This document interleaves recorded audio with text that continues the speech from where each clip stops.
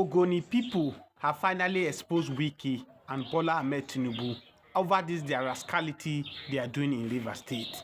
They have rejected the, so I will show you guys the video so that you will watch it. Please, as you watch this video, share this video massively, because what they are doing to the people of Rivers State cannot be longer be acceptable. They retire, whether it's a colonel, I don't want to know, that is not my business, a retired military man that they brought from Rivers, from Cross River to Rivers State.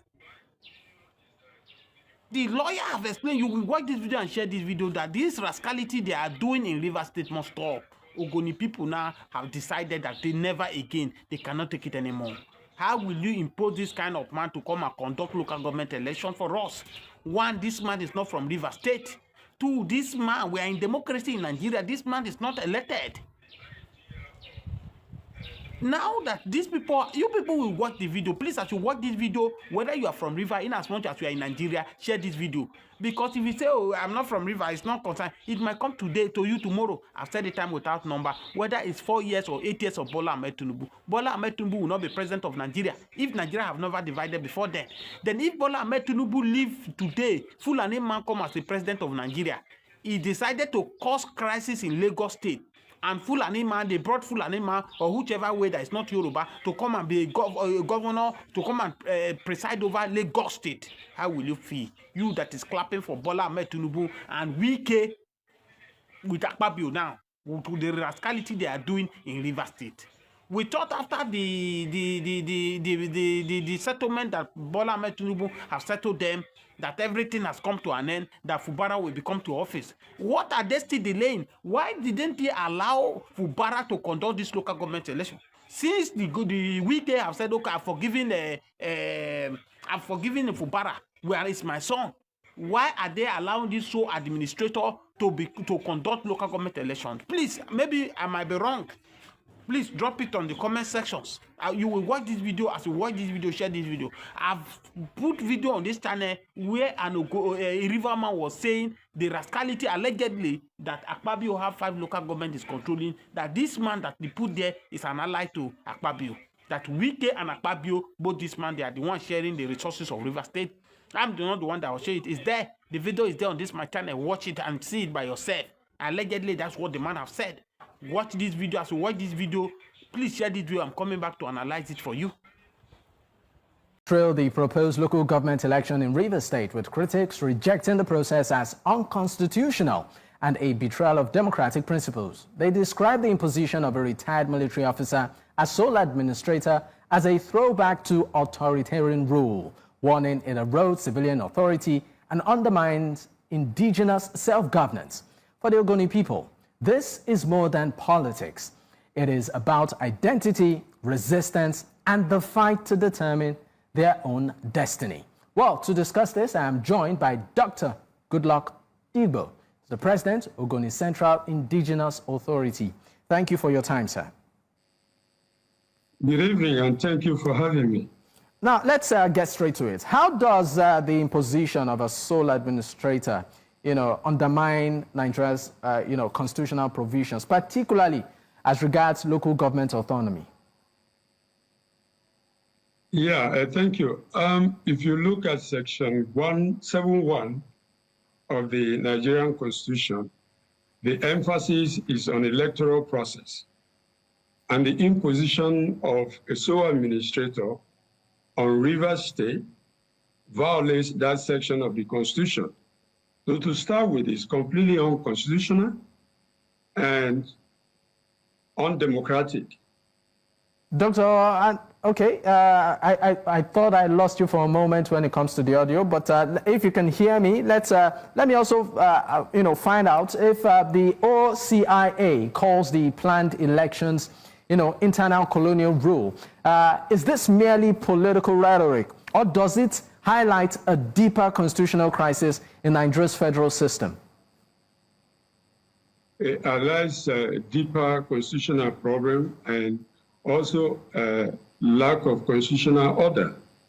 And as I said earlier, if you look at Section 7.1 of the Nigerian Constitution, the emphasis is on electoral process, and to impose a sole administrator, a retired military officer on the people of Rivers State is not electoral. And my opinion is that the imposition was meant to intimidate the people of Rivers State. And that returns us to the military regime that we fought and thought was buried. So it's completely unconstitutional, lack constitutional order, and it breaches the idea of democratic election. Again, if you look at the Constitution of Nigeria in terms of succession, the question that arises is, how did this emergency come about? What is the scale of the crisis that was in Rivers State? Sorry. Was it something that affected the state alone? Or did it also affect the State House of Assembly? And if it did it affect the local government system? So why was it completely a blanket shutdown of the democratic process? So this makes it completely unconstitutional. And we have not been told actually how this affected the local government system. Does it mean that what affects the presidency would automatically affect the states? And what affects the state will automatically affect the local government system? In a three-tier system, I don't think that would be applicable. So this is where we see it as completely undemocratic. Beyond that, the Ogoni people are an indigenous people. And we have a self-government in place. We've exercised our right to self-determination following the Declaration of Self-Government in 2012. So we have organized our own election in a transparent and democratic form. The issue is that if you impose a sole administrator on the Ogoni people who are exercising their right to self-government, you are violating international law. So, because okay. I would like you to speak more. Sorry to interrupt you, but I would like you to elaborate more on what you mean by the Ogoni people, having appointed or elected their determination to indigenous people worldwide, and that right is being exercised all over the world. It's not only in Nigeria. So, if you look at Article 5 of that declaration, the Ogoni people have a right to their own legal structure, their own political structure, their own economic structure, their own social structure, and they can choose to participate in the nation-state politics. They can choose either to or not. So the Ogoni people can still remain part of Nigeria, but that does not mean that the states can impose political, economic, and other decisions on the Ogoni people. It has to be a free and prior consent. It has to be that the Ogoni people agree to what the government of Nigeria wants to do. So according to you, right now, what is the position of the Ogoni people, according to you? The Ogoni people does not accept any process of local government that will violate the existing system of government in Ogoni land.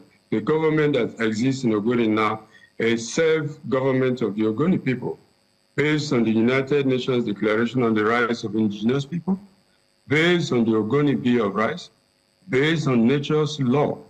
And even the Nigerian system guarantees self-determination.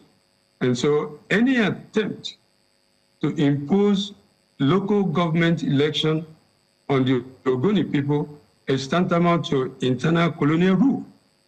Besides that, within the Nigerian context, you have states, and the sole administrator of Rivers State at this moment is a retired military officer from another state. And so this is a form of internal colonialism. When you use someone from another state, that is not qualified to be governor of Rivers State. So what qualifies him to be the sole administrator of Rivers State? And so this is completely an internal colonial rule, and it's completely disgraceful because it takes us back to the military regime where the use of force was the means of electing leadership or choosing leadership. So this is purely an internal colonial, and the Ogoni people were never consulted. And even if they were consulted, there was nothing to warrant emergency at the local government level.